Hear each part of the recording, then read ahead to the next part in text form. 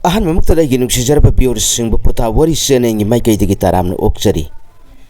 Ngasi taramathoi subu oina pujarakliba wari asidi angom ningthona lairaba oikhibagi punga wari aduni.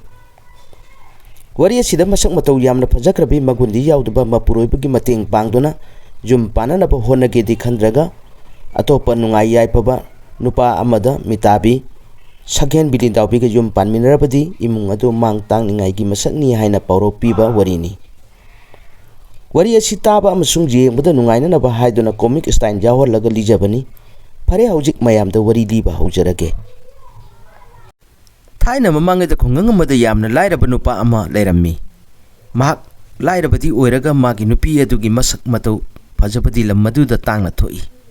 Mahakna magi nupi bu mapan thogande imung manunggi thabak ingkhang khara suan normal laga jumda lengdana asum layhalle.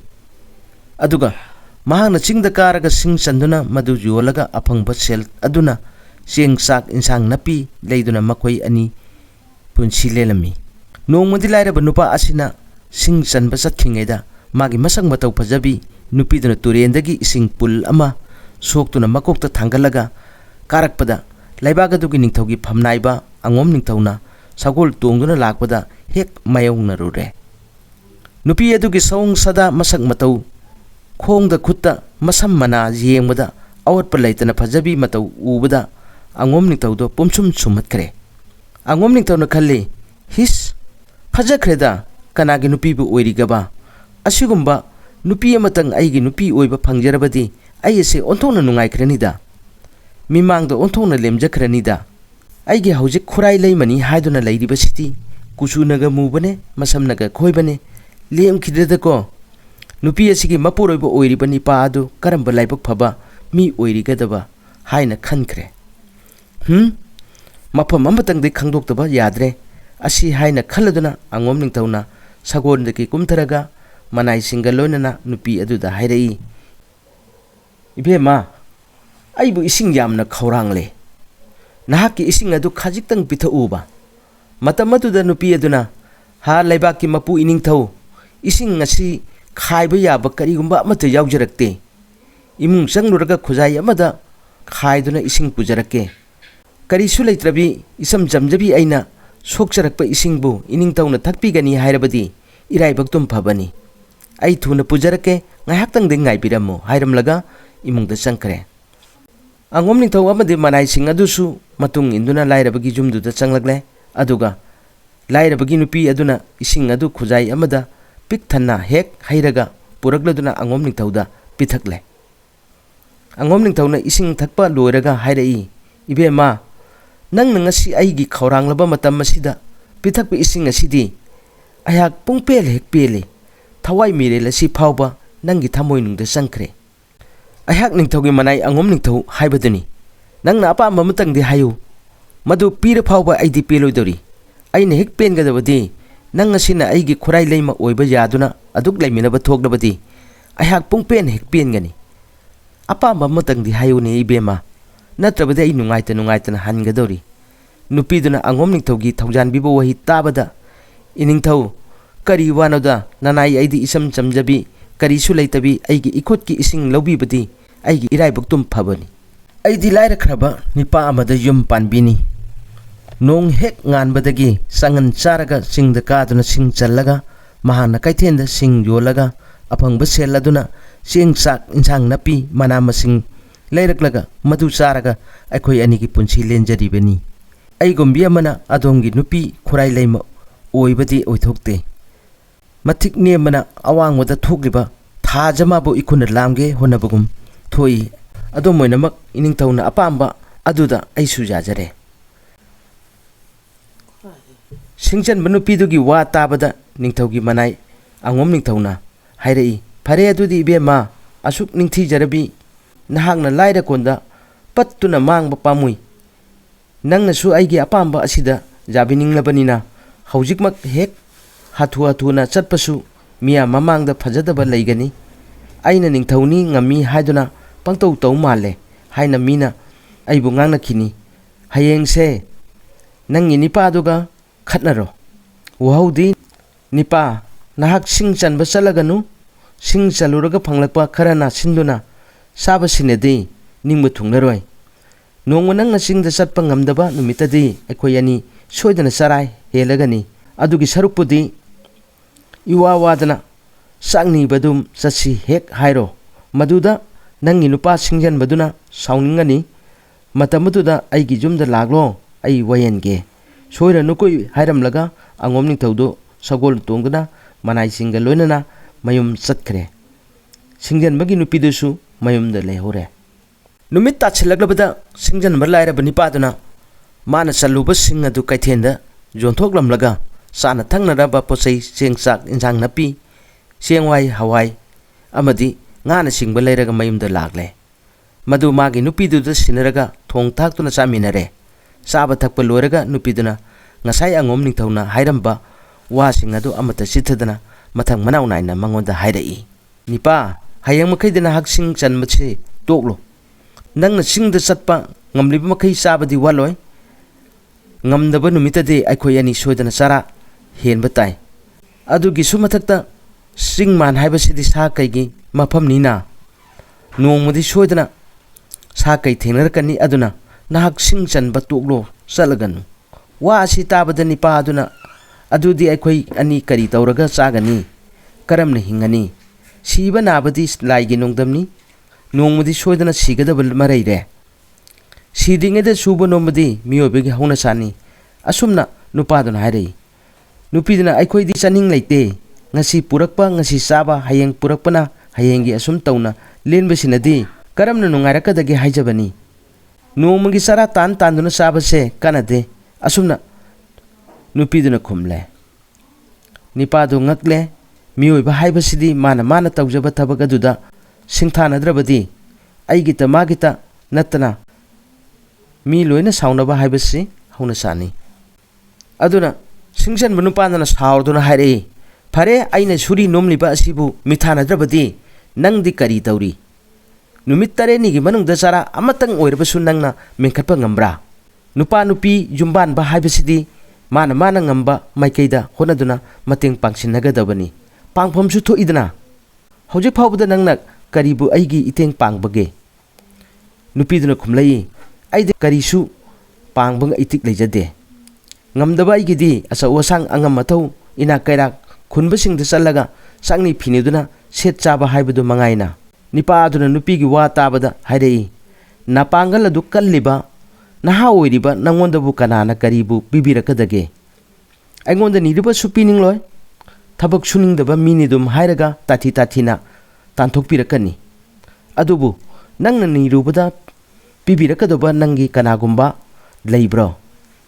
Asuna Mate Manao Awaya Kumtonaduna, Kon Karakara, Kana Nanga Badagi, Mamitang the day, could Jauna Ragle. Adudagi Singjanba Nupaduna Sauraktuna, Maginupiadu, Karatina, Ngang Saiduna Kupangna, Amuk Anirak, Tabadagi, Nupiadu Kaple. Asumna Kada Chaina Punaduna, Ahingadu Haukre. No Ngale Mate Manao Animak. Saunabana, Hiningai Lanadre. Mammy Tangadi Nupiduna, Pare, Nang Nipani, Ngami, Hiduna, Aibu, Pusaiba, Taurabanina, Hojikti, Ailiam, Toglaroy, Laibaki Pamnaibada, Wakalaga, Wayan Cherak, Piange, Matik Sana, Waragange, Nang Nipa Toglabadi, Nintogi Manai, Angom Nintogi Mamanga, Aibu Puba Saiba, Natik Ladabadi Yangsi Kangani, Aibu Nupini Hiduna, Panglak Sabati Yaroy, Nang Bungamba, Laibaki Ninto Lady. Nipa Adunasu, Hera, Mapuroibana Magi Nupi Pudana Warak Chababu, Makoigi Kari Masin, Lapam Topage, Makoina Kut, Tinjimam Topra, Salu, Natung in Bige, Wakacharo. Asum Hiraduna Tung Tamangta Langminare, Aduga Angomning Togi, Mayum Yaure, Matamatuda Angomning Tonasu, Narang Haina Banupidubu, Lakpu Lakadra Haina Wakan, Taudana Magi Jungi Mangonda, Ngaiduna Lerami.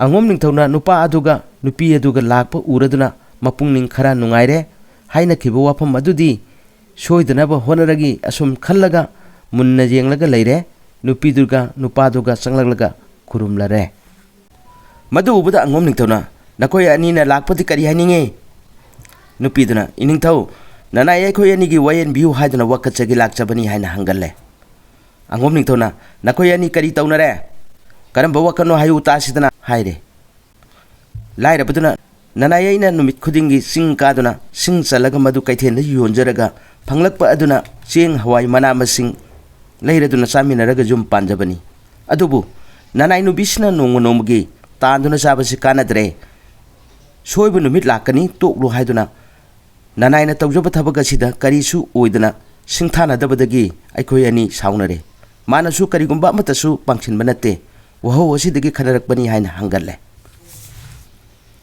wakadu tabada angom ni thona nongmo nongmagi thabak sudra sabasidi nongmudi sodana naba yekpa lakani adum tawduna sagadobagi sarupudi tokthokpana dum phaidana ningthaugi wa taraga iningthau thabak sudrabadi kanana thakpi gadage angamba ama oiragadi thabak sudraga suyaba lairaba aikhoidi thabak thibani nongmo nongmagi thoba aphangba suraga phanglakpadana leija humjaduna sajaba sudraga sara henba haibasidi hauna sani aikoi ani na ngasi iningthauda chak chara amatang sajage habada nongmudi pijagani nini subada pijaningloi aduna su nomba haibasidi mioi ba aikoi gi hauna sani asumne hek hairure waru tabada ningthauna sauramna hai lairaba nang soingonda loksing takpire nupi thiraga nupi thakpa ngamdabadi mabu khaina khuna hojik nupi asinabu yarabadi aigeda thabak suba sudaba kari sukaide leijasanu mabudi ai hek thaktokke thabak kana suba pamba nangdi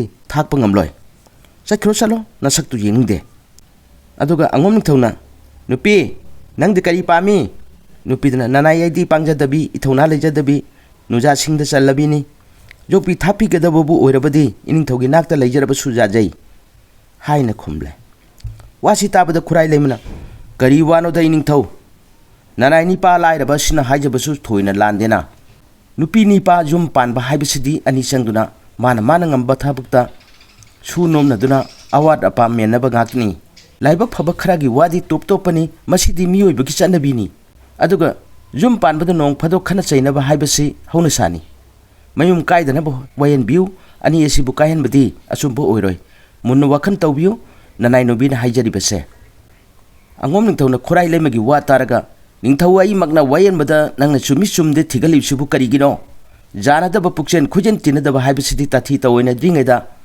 kaina bade hena dum phai asibu kari lan bano khorai lemna ningthau ibungo adu oirabadi aisu iningthaugi thogan tawba asi tolaga lairabani pa asige mayumda chatkrage nungaina ibe masiga panabi ho ibe ma nang sunupa asiga lemina horo hairam laga lairabani pa aduda laoni pa chalase haiduna lairaba adugi makhut pairaga singlare lairabani pa adu tingak mangang ruduna mathong maram ikhang he khangdana mangum poli kitup kirum tawraduna khurai lemagi matung induna chatkre khara chalaga makhoi ani lairabani pa adugi mayumda thunglare lairabani pa aduna ibe ma leima nahakna lairaba aigi iran jaisida karamna bu leigadage aigidi ningthi nungaiba yumsu natte sene inaba phiron imung manunggi phamung phanung phadi phara marak asidabu karamna lengadage khurai leima oirakpi ibe madi kabrangi mondum montek mathakta jatarak pini aduna lairaba aigi yumsidabu karamna lengadage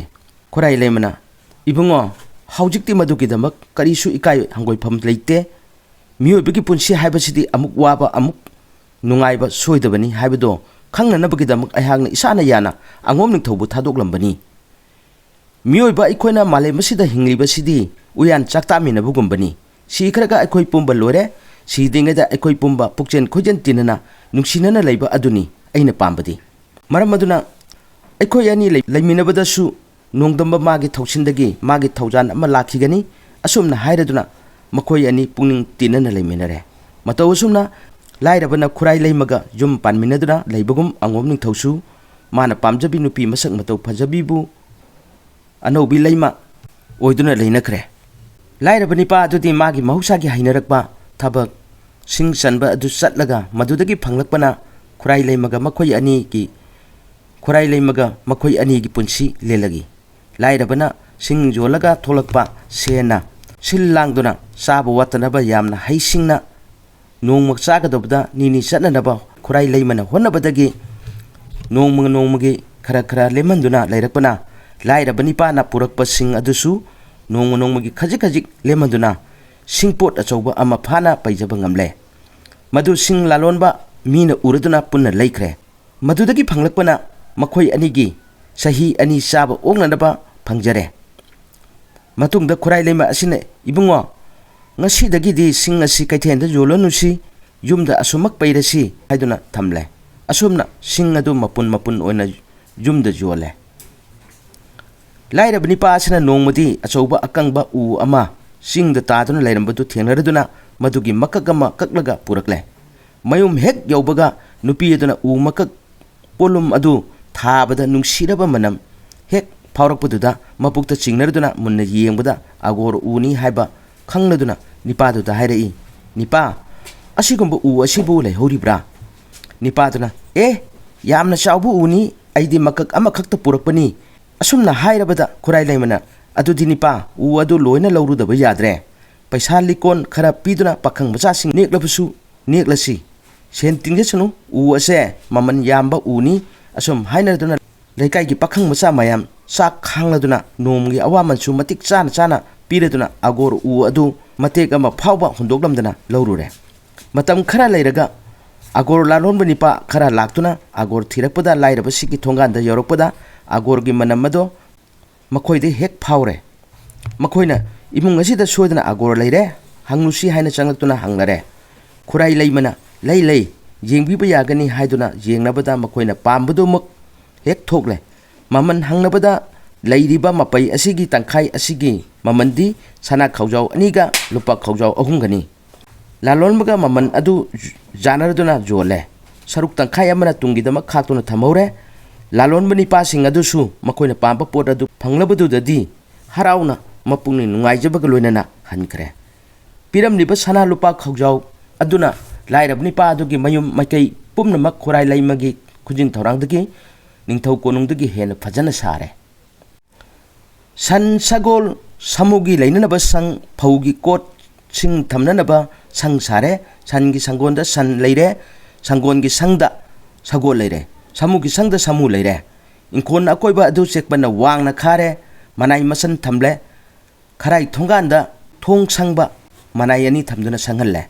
No Modi Light Banipaduda, Maginupi Kurai Lemon Haidei, Ibungo, Akoya Hujik Saba Takba Sen Tum Karimata Watre, Aduna, Hujik Jumda Ariambada Matam Mangan Bagi Mahuta, Minchat Kara, Tamlambada Hena Pai, Aduna, Angom Taudaki Henba, Pijet Latingduna, Shet. Ilaga Pajaraba Sagol Ama Tungduna, Maharaj ge Wayan Sang Aduda, Numit Kuding Kabiu.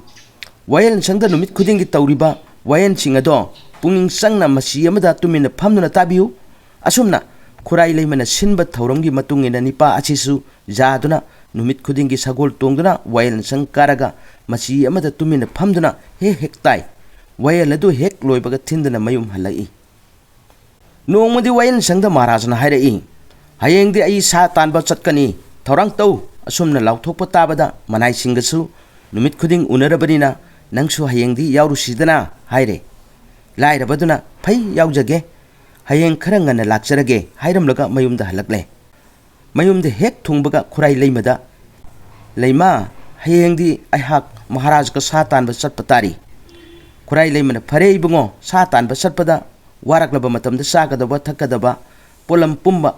Aduga langpaigi sengjen watanaba nanai aihanga thorangjage asi hairam laga numidangda hayengi damangni haiduna pugudaba polam chairam pumba thorang tawduna loire aduga hairai ibungo maharaj ka loinana sadan basatpadi maharaj dubu thadokpiganu karigumba ngahak pothaki si haiba matamda aina jomjariba mayomasi maharaj da katpiu matamaduda maharaj na pungning tana pamna habiraba Aduga ibungona Maharaj ki seba Pajana Taubiraba Matam Maduda Hairakani Nangna Apamba Amatang Hayo Haina Maduda Angom Ningtau Oijage Haiduna Hangat Piu Asum Nangna Duna Ningtaugi Sana Napa Poyom Atum Mahau Jom Naduna Sinare Asum Dana Ahing Aduda Angom Ningtaudi Magi Kurai Lema Anobi Adudi Karimata Kangdabanina Taurang Karisu Taudre Madugi Mahuta Mapuroibada Laibaga Sidakana na Kwaidegi Achawano Angom Ningtauna Salai yang nabadi angom ning thong ne hena sawi aduga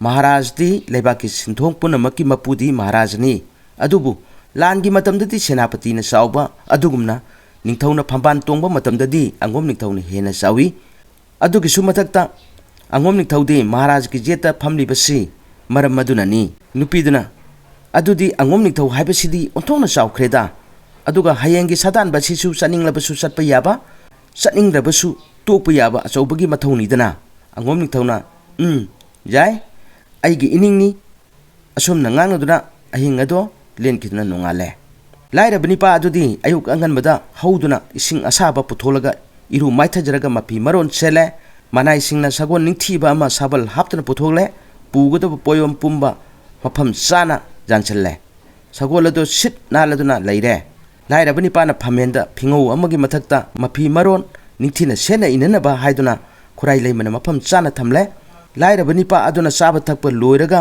phamenda thamliba phirol ado mathang mathang sele illaduna loirabada matang asida khurai leimana manai singda sinakiba thauramgi matungina ising pun athanba phau sangbai achonba leisu dup thaumaina singba thaduna maikhu wa kare jaipham mangot oinanaba lai khurumlaba thauniraba matungda nipadu sagon tonglaga konung tamna chatkre konung yaurabada manai singsu sapot lanpot sem saba loiraduna khongchan minare asumna konungdagi chatkibana jingnung manung lok tai pat turen kaya laladuna sage khongun liraduna sa tanba horakle angomni tawdi yahu thengna haubanina thengna lakpa maramna mayam chatkibadu thengna haudaduna ikon kona khongun liba oina laki khara chalaga mayamna chatkiba maikegi lambi khangraduna manai sing kharaga loinana mayumda amuk halakhi sadan ba chatkiba ningtawdi manai singa loinana sa tanbada sa amata phaba ngamkhidare numisu tasilagle hallasida haiduna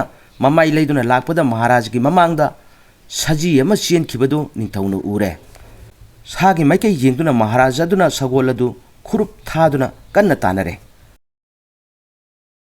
matungda lairaba aduna manai singna matung inabagum mahaksu maharaj ge matung ilakhi maharaj na sum thauki asum thaukhibana mamaidadi mamsillagle ayamba manai sing adu inarakpa ngamdana mahai sojaina khre matungda mayumda hanarakle maharaj na saji adubu tanaba makai tanabada phangba ngamdraduna warabada hanna yenglakpada lairaba adu natana kana amatana magi matung inbiramdre maharaj na nahakti leiri phare jumlomda halasida karam tawsige ngayak khanaraba tungda amamba asida jingnunggi asongba mongchong oibanan lambi su mafam khanglaroi wabasu ware karam tawsige haina maharaj na hairei lairabaduna maharaj bu lambi gidi nanai ai khangjei kharadang lengkisi mafam asida ahing jarekpada nungaigadoba mande ising maising afaba phangloi haiduna mana lamjingduna lakpana makoi animak masadu yamna chokthare matam asida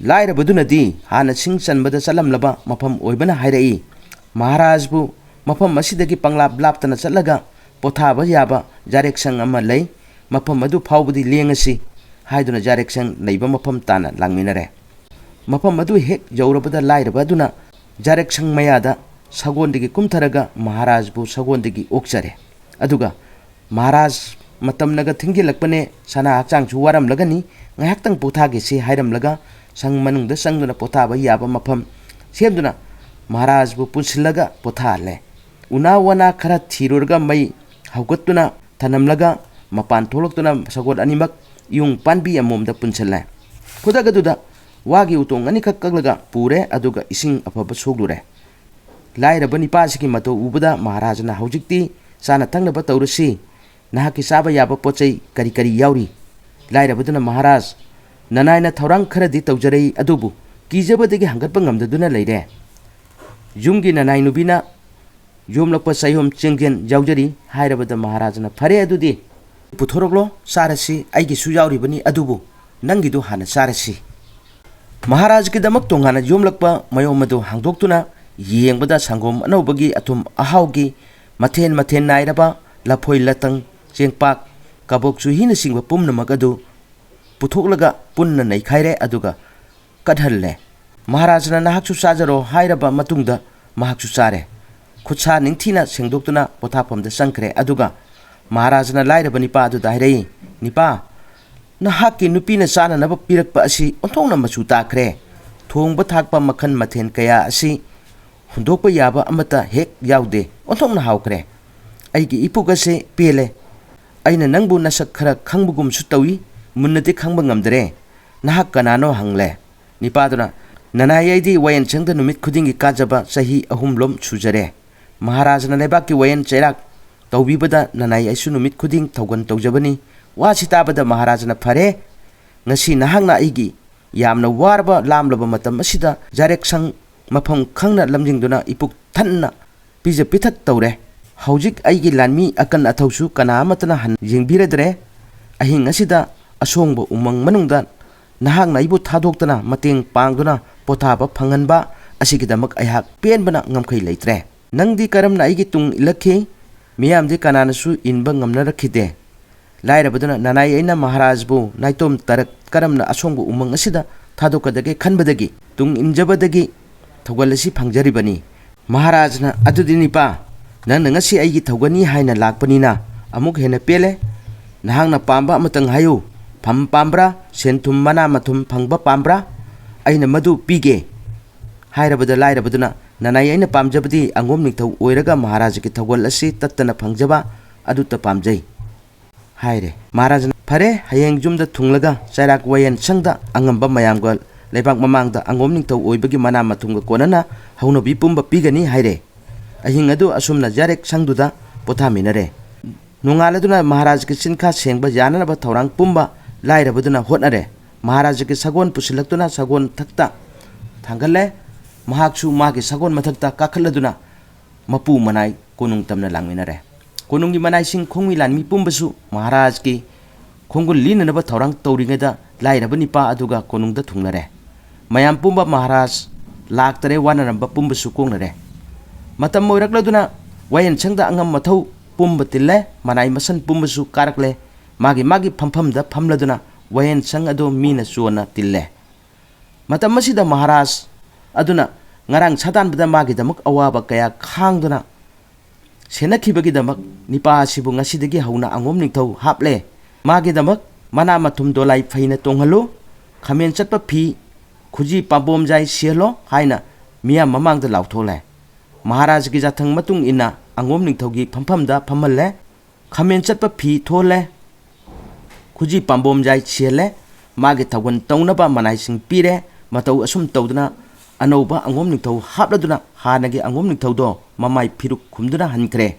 Aduga lairabagi jumda laibi pukchen tappi nupiduna lairabani pa adubu sawgatuna angom ningthau uhenduna nungaina panminakre. Aduga hanagi angom ningthau oiramba adudi thabak suningdabi sagenbi lindaubi cheksinna yum panba haitabi kethok mothokna lelakpado sakni phini tawduna wana mapunsi lenkhi. Wari asing asigidi matang asida losinjare. Mayamna wari asi tabiraga potha wari channel asibu like share amadi subscribe tawbiramu. Mathangda nungairaba wari ama muk pujarake mayambu thagachari.